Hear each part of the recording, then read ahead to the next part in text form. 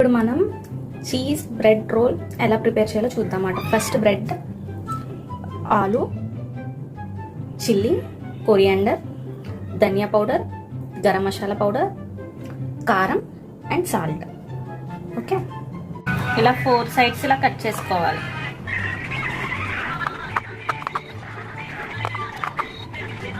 కుక్కర్లో పెట్టుకుని ఒక విజిల్ 2 విజిల్స్ వచ్చిన వరకు బాయిల్ చేసుకుని ఆఫ్ చేసుకోవాలన్నమాట. ఇప్పుడు మనం ఇది తీసుకొని ఇలా స్మాష్ చేయాలన్నమాట. ఇప్పుడు మనం ఇందులో పచ్చిమిరపకాయలు వేసుకుంటాం అన్నమాట. ఫస్ట్ చిన్నగా కట్ చేసి పెట్టుకున్న పచ్చిమిర్చి, కొత్తిమీర, కొంచెం సాల్ట్, ధనియా పౌడర్, గరం మసాలా పౌడర్, కారం, ఇవన్నీ మనం మిక్స్ చేసేసుకోవాలన్నమాట. ఇలా బాగా మిక్స్ చేసుకొని సైడ్కి పెట్టుకోవాలన్నమాట. ఇప్పుడు మనం బ్రెడ్ తీసుకుంటాం.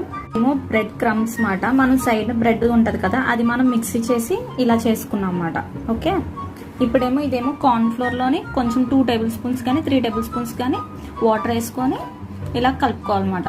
ఇలా పల్స్గా అవుతుంది అన్నమాట, వాటర్ లాగా అవుతుంది. ఓకే, ఇప్పుడు ఈ బ్రెడ్ని మనం కొంచెం చపాతీలాగా ఇలా చేసుకోవాలి. ఓకే, ఇలా చేసుకోవాలన్నమాట.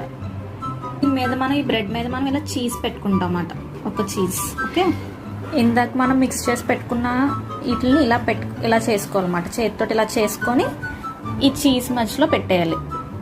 ఓకే, కార్న్ఫ్లోర్ దాంట్లో ఇలా పెట్టుకొని ఈ బ్రెడ్ క్రాంప్లోని ఇలా పెట్టుకోవాలన్నమాట. మొత్తం అంతా ఇలాగా. ఓకే, ఇలా చేసుకునే దాన్ని మనం డీప్ ఫ్రై చేసుకోవాలన్నమాట. ఆయిల్ పెట్టుకొని కళాయిలోని ఫ్రై చేసుకుందాం అన్నమాట.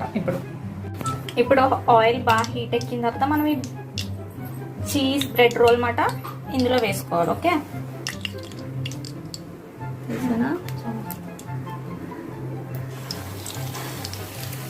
ఓకే, ఇది బాగా ఫ్రై అవ్వాలి ఆయిల్లోని. అయిపోయింది బాగా, ఇటు సైడ్ అటు సైడ్ కూడా. ఇప్పుడు మనం ఇది తీసేసుకుంటాం అన్నమాట. మళ్ళీ ఎక్కువ చేస్తే మళ్ళీ ఇరిగిపోతుంది బ్రెడ్ అనేది. Okay, tasty cheese bread role ready మాట. కూడా మీ ఇంట్లో ట్రై చేసి చెప్పండి, మాకు కామెంట్ చేయండి మాట ఎలా ఉంది ఏంటి అని. Okay, thank you.